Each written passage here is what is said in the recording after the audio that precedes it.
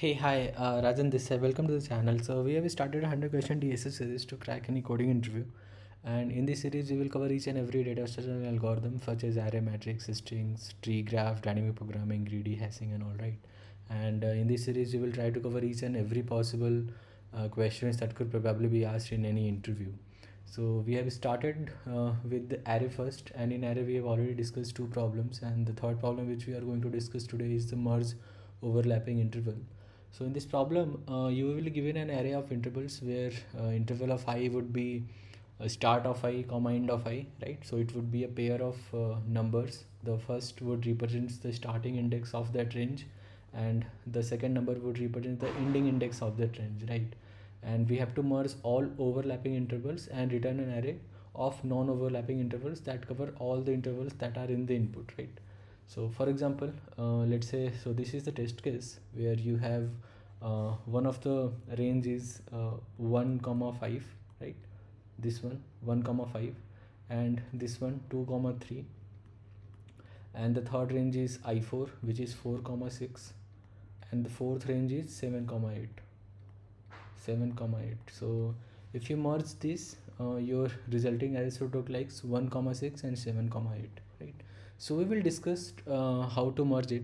So before that, we will look at when should we merge two intervals. So I will take two examples. So let's say in first example I have two ranges. One is 1 comma 5 and 4 comma 6, right?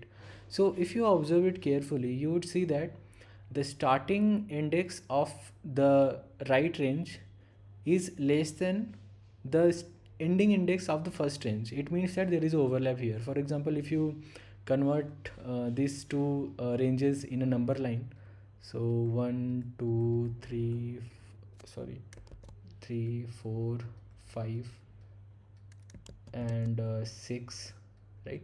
So if you see here 1 comma 5, this is one range, 1 comma 5, and the second range is 4 comma 6, right? So if you see here, 4 is, I mean, the starting index of the second range is less than or equals to the ending index of the first range. It means there is an overlap, and we can see this overlap here, right? So if you merge these two ranges, your final range should look like 1 comma 6, because this cover both the inputs, both the range, right? And let's check the second example. In the second example, you have 1 comma 6 and 7 comma 8, right?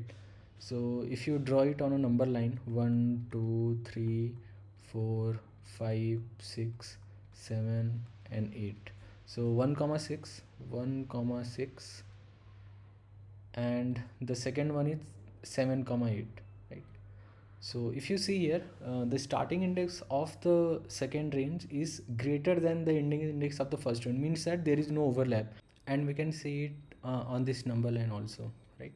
So here the merge intervals for this test case would be 1 comma 6 and 7 comma 8, right? Because since there is no overlapping interval, so your answer is going to be same, right? So yeah, I hope you understand when two ranges would be merged. So now let's see how we can solve this problem. So there are two approaches.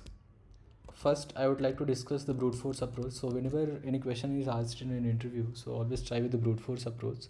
So the brute force approach would be, so let's say we are given n ranges, s1 e1, s2 e2, and so on, sn en, right? So these are the n ranges. So s means start time, e means end time. So in the brute force approach, what we will do, we will compare every interval with every other interval and merge them if they overlap, and we will keep this process until no merge are possible, right? So yeah, I hope you understand what essentially we are doing here. So we will compare every range with every other range, and we will check if they both can be merged or not. And I have already discussed the overlapping condition of two ranges. So let's say there are two ranges, a comma b and c comma d. So the overlapping condition of these two ranges is, So let's assume that your these two ranges are sorted in ascending order based on the start index. So the overlapping criteria is if C is less than or equals to B, means that there is overlap, right? There is overlap. So we can understand from this example. So here 1 and 5, right? So one of the range is 1 comma 5, and the other of the range is, let's say, 4 comma 6. So see, if I see here, so see this value is less than or equals to, so the starting index of the next range is less than or equals to the end index of the first range, means that there is overlap, right? So based on this overlapping criteria, what we can do, we can iterate through each of the ranges and we can compare with every other ranges, and if they can be overlap, then we will so if they overlap, we will merge them, right? So the complexity for this approach is order of n square, right? Because for each range we will compare with every other range, so it will be a 2 for loops. So yeah, this is the brute force approach. The complexity here is order of n square, but we will try to optimize it. So just keep a few things in mind, that if in any problem you have a brute force solution of order of n square, right? Always try to see if after sorting, if like we can find a way such that your problem can be solved in less polynomial complexity. Here we can. So because we know that the sorting would take order of n log n, right? Order of n log n, which is less than your order of n square. So always try to see if we can sort the number. So it could be possible that you are given some range or you are given some array kind of things, and if the sorting is possible, because like we cannot apply sorting in all the problem, right? So we can apply sorting only in those problems where the order doesn't matter. So and in this problem we can clearly see the order of ranges doesn't matter in an array. So whichever way you feel like to keep the ranges, the ordering doesn't matter, so we can easily sort all the ranges, right? So the first so in the optimized approach, what we will do, first step, sort sort the range sort the ranges based on sort the range based on start start index.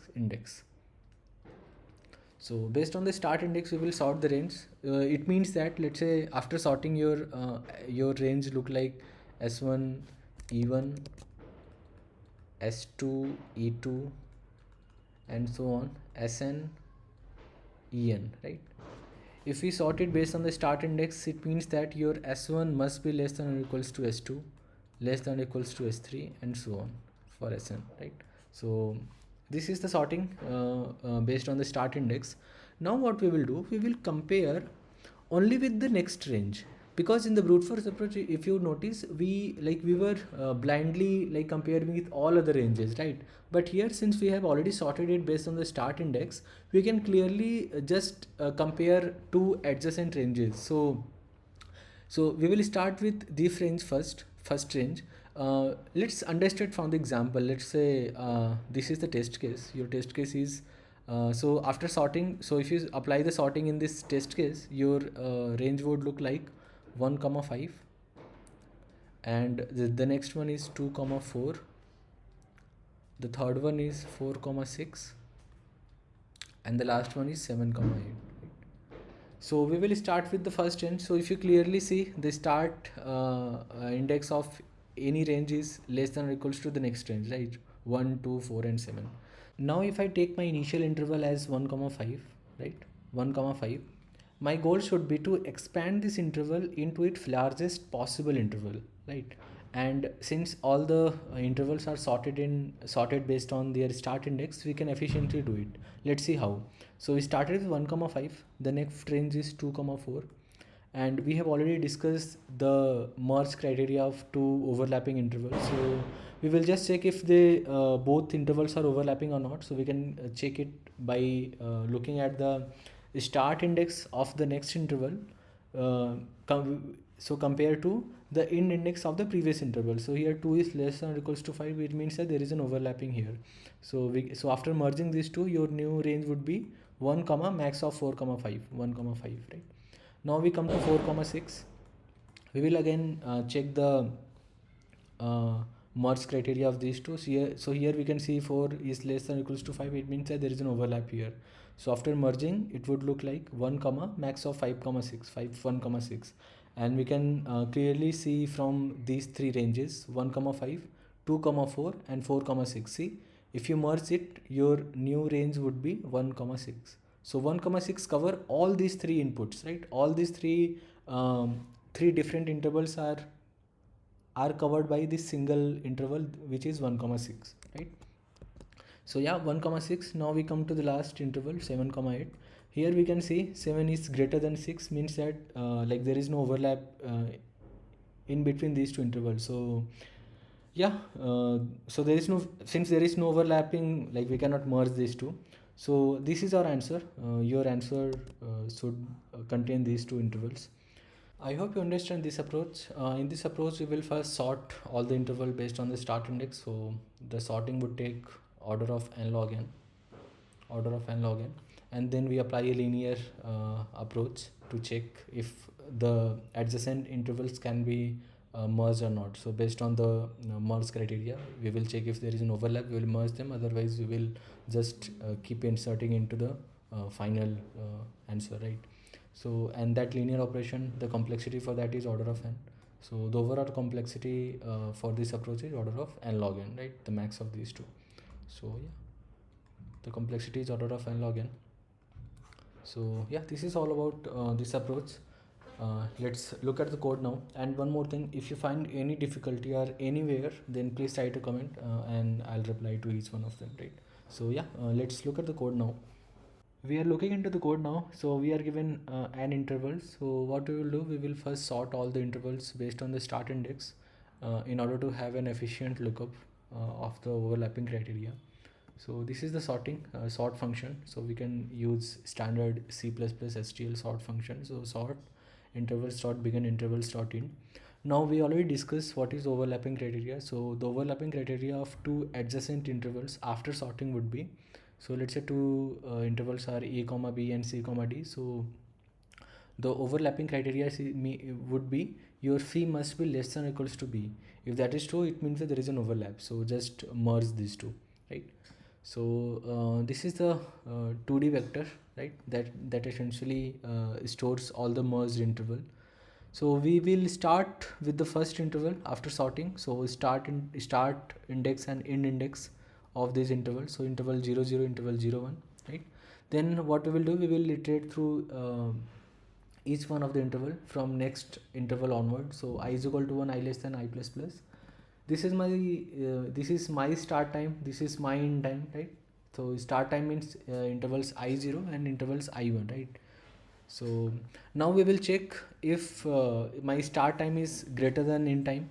If that is true, it means that there is no overlap, because we know that the overlapping criteria should be your current start time must be less than or equals to the end time of the previous interval. But this is not the case. Here your start is more than end. It means that these two are not overlapping. So first push your previous interval into the answer.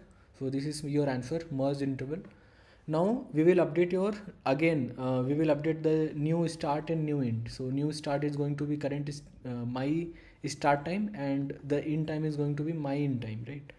And otherwise, else there is an overlap here, because this follows the overlapping criteria. Like if the if condition fails, it means that my start time is less than or equals to end time, means that it will be an overlap. So just update in time only, because your start is going to be same, because we have already sorted it based on the start index. So just update the end index. So end is going to be max of end comma my end, right? And once you came out of this for loop, just insert your current start and end into the merge interval, right? And at the end return your merge interval. So yeah, this is all about the code of this merge overlapping problem. If you find it helpful, please like, share and subscribe to my channel. Thanks for watching.